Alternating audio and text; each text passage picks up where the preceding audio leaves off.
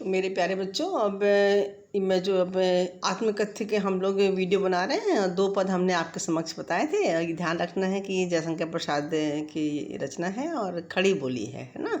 प्रतीकात्मक शैली का प्रयोग किया गया है और मन को उन्होंने अपना भौरा माना हुआ है। तरह तरह की बातें वो अपने मन से ही करते हैं।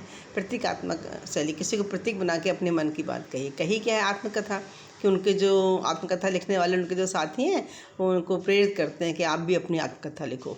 तो कवि का ये कहना है कि उसके जीवन में तो अभाव ही अभाव है और वो अपने अभावों को सबके सामने प्रकट करना नहीं चाहता। उसे ये लगता है कि उसके जीवन में ऐसी कोई उपलब्धि जिसको सुनकर कोई उससे प्रेरणा ले सके। 2 पद हमने बनाए थे और नेक्स्ट में देखिए, अरे खिला कर हंसने वाले उन बातों की, मिला कहाँ वह सुख जो सपने आकर देख कर जाग गया, आलिंगन में आते आते मुस्काया कर जो भाग गया, जिसके अरुण कपोलों की मतवाली सुंदर छाया में अरुण रागनी उषा लेती थी निज सुहाग मधमाया में, यहीं उसकी स्मृति पाथे बनी थी थके पथिक की पंथा की। इतना ले लेते हैं हम लोग।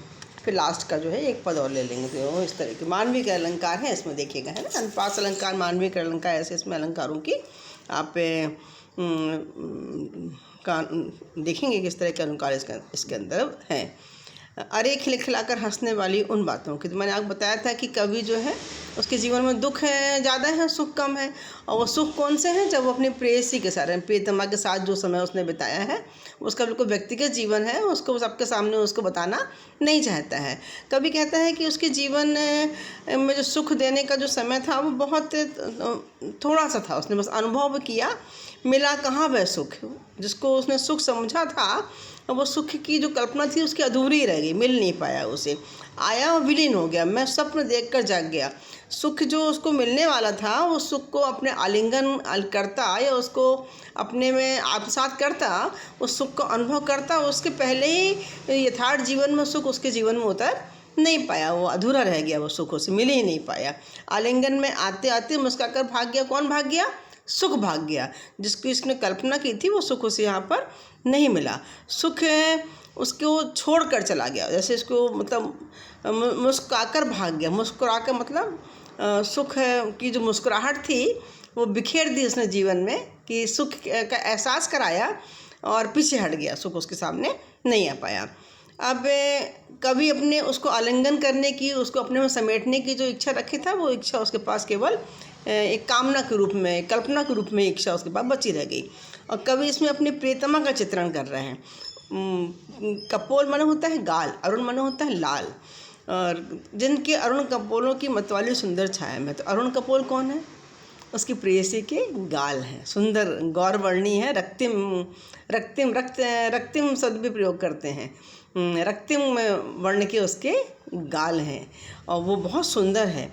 अरुण कपोलों की, जैसे कि सूर्य की लालिमा होती है ना, सूर्य उदय के समय जो लालिमा होती है, तो ऐसा लगता है कि सूर्य उदय की जो लालिमा है, वो लालिमा सूर्य उदय के समय जो लालिमा बिखरी हुई है, मानो कि वो लालिमा उसकी जो प्रेयसी है उसके कपोलों की लालिमा से ली गई है। ऐसी व्याख्या इसमें समझ में आ रही है। मत वाली सुंदर छाया में, और उसका जो अनुराग बिखरा हुआ है, जो प्यार बिखरा हुआ है, वो प्यार कैसा है? बहुत सुखद है। अनुरागनी उषा लेती थी निज सुहाग मधमाया में। अनुरागनी मतलब प्रेम, उषा माने होता है प्रातः का समय। निज सुहाग मधुमाया में, निज सुहाग मधुमाया मतलब होता है कि जो सुहाग माने हो गया प्रेम, यादें। तो उसकी जो अपनी निजी यादें थी कवि की अपनी प्रेयसी के साथ में। मधमाया मतलब उसके आनंद में वो डूबा रहना चाहता था। तो वो कह रहा है कि वो जो उसका सौंदर्य है प्रेमिका का, वो सौंदर्य की जो लालिमा है उसकी गालों की, ऐसा लगता है कि उषा काल ने उससे उधार ली हुई है। जो उषा की जो लालिमा दिखाई देती है, मानो उस लालिमा को उसकी प्रेमिका के से उषा ने उधार लिया है, ऐसा थीम है। फिर वो समझा रहा है कि वो बहुत सुंदर थी, उसका जो सौंदर्य था वो उसको बहुत आकर्षित करता था। और निज सुहाग, अपनी यादें, अपने प्यार की यादों में की जो मधुमाया मतलब मीठी मीठी यादें जो उसके जीवन का सहारा थी, और वो उसके अंदर प्रेम बिखेरती थी। अब वो नहीं है तो क्या हो गया? जब कुछ मिलने को होती है और नहीं मिल पाती तो क्या होता है? मन कचोटता है ना, मन दुखी होता है। तो वैसा ही भाव इसमें लिया गया है। अनुरागरी उषा लेती थी निज सुहाग मधुमाया में, उनकी स्मृति पाथे बनी थके पथिक की पंथा की। थके मन थका हुआ, पथिक माने राहगीर, पंथा माने रास्ता। ठीक है, स्मृति यानी यादें, पाथे माने रास्ते का भोजन। तो अब इसमें कहा, इसमें इसका भाव आएगा कि भोजन तो नहीं, सहारा, पथिक का सहारा। पथिक कौन है? कवि। कवि के जीवन की जो राह है, उसके जीवन की राह जो आगे चल रही है, जहाँ पर कि अभाव ही अभाव है, अब वो सुख नहीं है, अब प्रेमी का उसके पास में नहीं है, तो जो पुरानी उसकी जो यादें हैं, वो यादें ही उसके इस जीवन रूपी यात्रा का क्या है? पाथे है, उसकी जीवन रूपी यात्रा का सहारा बनी हुई है।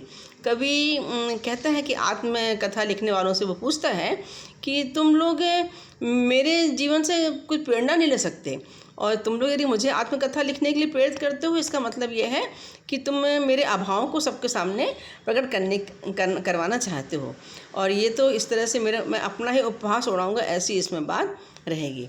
तो फिर सुन लीजिए कि अरे खिलखिलाकर वो जो मधुर यादें हैं, स्मृति जो प्रेमिका के साथ की निजी यादें हैं, वो खिलखिलाकर कभी हंसते भी थे। वो स्वप्न, सुख का एक स्वप्न था, वो स्वप्न उसको आलिंगन भी नहीं कर पाया, वो ठीक से उसके साथ जी भी नहीं पाया, आप साथ भी नहीं कर पाया, वो स्वप्न उसके पास से हट गया, छूट गया उसके। तो यहाँ पे मानवीय के आलिंगन करते हैं, किसको मतलब? आलिंगन करना मतलब गले लगाना। तो किसको करते हैं? जो जीवंत व्यक्ति होता है उसको करते हैं। अब सुख में प्रेमिका की याद को उसने मानवीकृत कर दिया है ना। तो सुख जो है एक मानव के आकार में उसके समक्ष है, और उसको लेना चाहता है पर वो ले नहीं पाया, मुस्कुरा कर मतलब चढ़ा कर या अपना सुख का एक एहसास बिखेर कर उसके पास से अलग हो गया।